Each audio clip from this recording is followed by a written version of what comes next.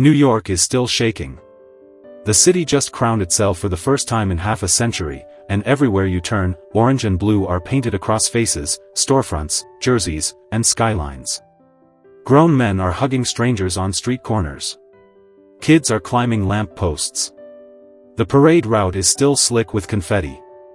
And somewhere inside a quiet apartment, far from the parade, far from the roar, far from the parade horns and the champagne, Papoose is sitting alone with a camera pointed at his face, whispering into a live stream about how no one can steal what belongs to him. Let that image settle for a moment. Because that is not the posture of a champion.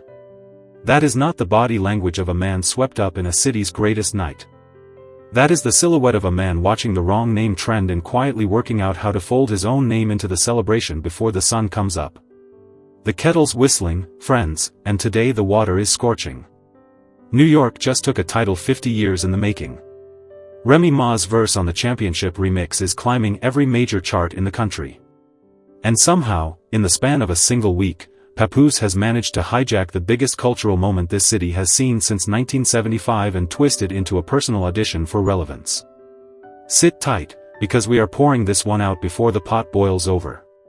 Before anyone tries to argue this is innocent New York pride, let me hand you the paperwork.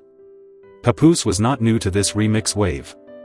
He had already released a track called I'm on My New York months before the finals even began, months before the parade was booked, months before any citywide anthem was on the table. He was already parked in that exact lane.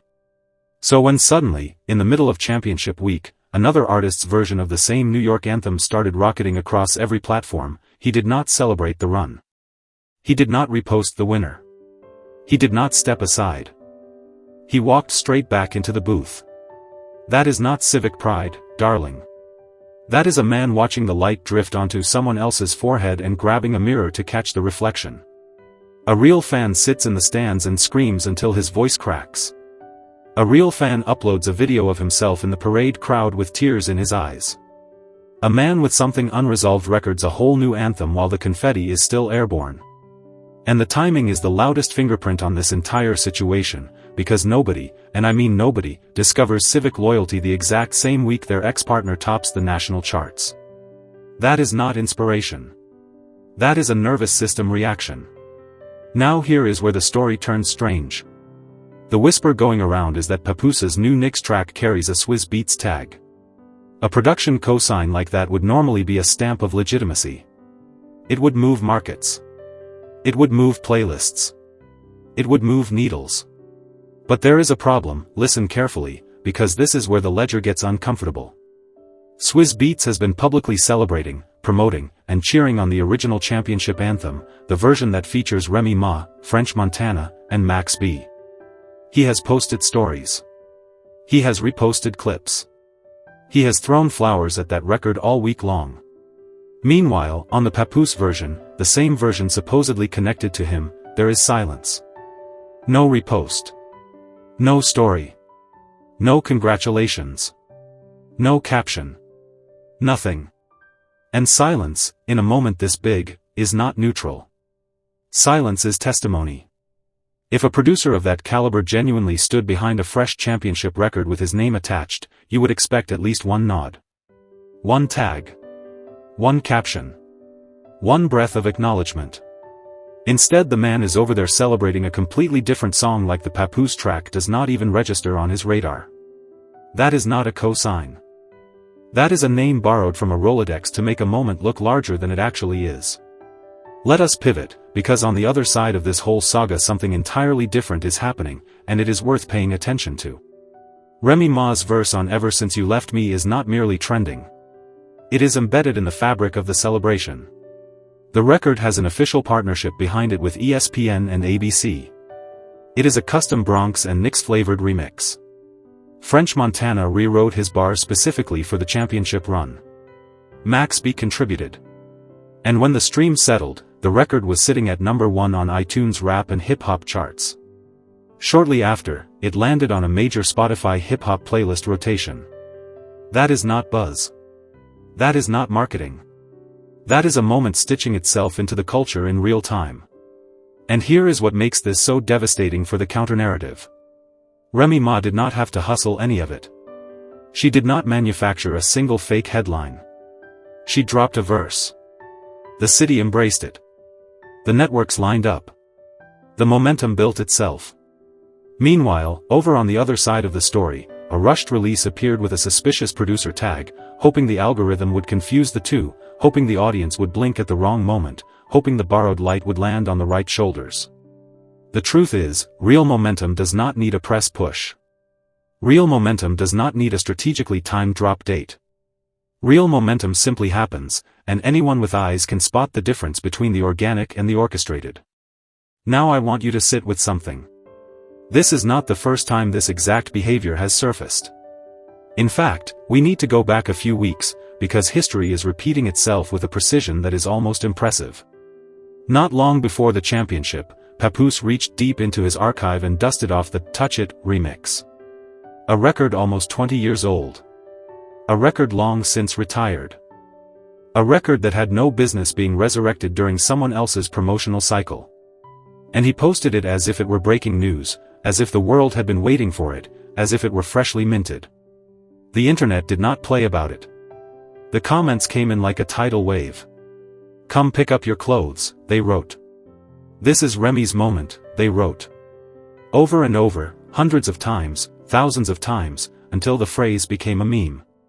And when your own audience is telling you to go collect your laundry off somebody else's spotlight, sweetheart, that is not a coincidence, that is a diagnosis. Once is a stumble. Twice is a habit. 3 times is a pattern. And here we are, watching the pattern unfold in high definition on a live stage, with a national audience holding the receipts. Now let us talk about the response online, because the reaction was almost immediate. The early view counts on the Papoose track became part of the conversation within hours. Screenshots started circulating. Fans compared numbers. Fans compared engagement. Fans compared reach.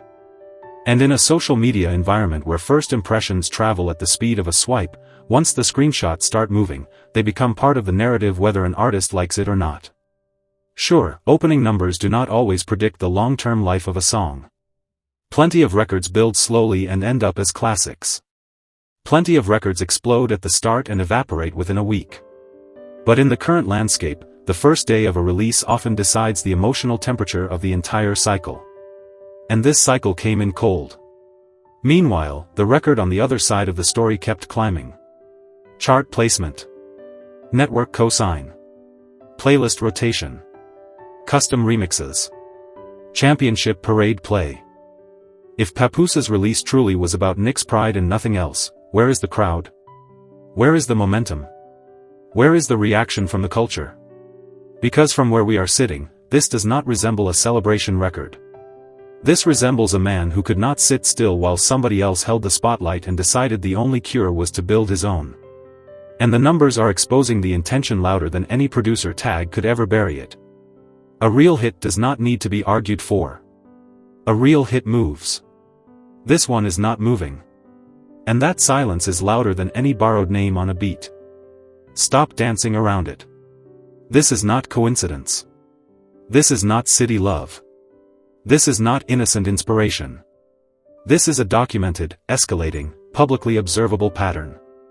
The Touch It repost. The Swizz Beatz tag question. The championship track appearing the exact same week another artist's record hit #1. Every single time attention shifts away from him, a new release materializes, right on cue, right on schedule, right in front of the wrong spotlight. A man who was genuinely at peace with his own catalog would not need to keep proving anything. A man who was truly settled in his lane would not need a rushed release, a borrowed name, or a 20-year-old song timed to somebody else's parade. The evidence stopped being subtle a long time ago. It is a pattern playing out in real time, and every fresh release only tightens the noose the audience is holding. And here is what makes this different from ordinary industry timing, because industry timing exists, yes, calendars matter, yes, drop windows matter, yes. But ordinary timing does not repeat itself this precisely. Ordinary timing does not orbit the same person's biggest moments this reliably. Ordinary timing does not have this level of predictive accuracy. When a release consistently lands within days of another artist's peak, on the same subject, in the same lane, with the same audience, we are no longer looking at coincidence. We are looking at a compass pointing at a fixed magnetic north, and the needle is always pointing at Remy. So where does that leave us? Let us map the whole picture. A championship city. A chart-topping remix. An ESPN co-sign. An ABC partnership. A Spotify playlist. A Bronx and Knicks custom edition. A parade that shook the boroughs. And right in the middle of all that thunder, a solitary indoor figure recording a rushed track that reportedly barely cracked 4 figures in views. That is not timing.